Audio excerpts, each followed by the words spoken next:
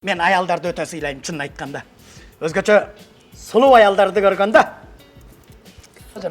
Сулуу эмес кыздарчы. Вот именно. Дискриминация бул. Ошондо сиз эмне аялдарды бөлүп сыйлайсызбы? Ошо да. Деле мындайда баарын бирге каласың. Негизи кыздардын достугу болбойт деген бар, билесиңерби? Кандайча болбойт. Биз силерге салыштырмалуу. Биздин достугубуз бекемирээк. Ооба. Күлкүмдү келтирбеш, чоң кыз. Силер деген бир жыл жолукпай калсаңар, болду, бири-бириңерди унутасыңар. А мисалы мына мен 5 жылдан кийин көрсөм да, досторум менен ошондой ысыкпыз. Мисалы бир проблема болуп калса, чалсаң, любой жерге жетип келишет го. Вот именно.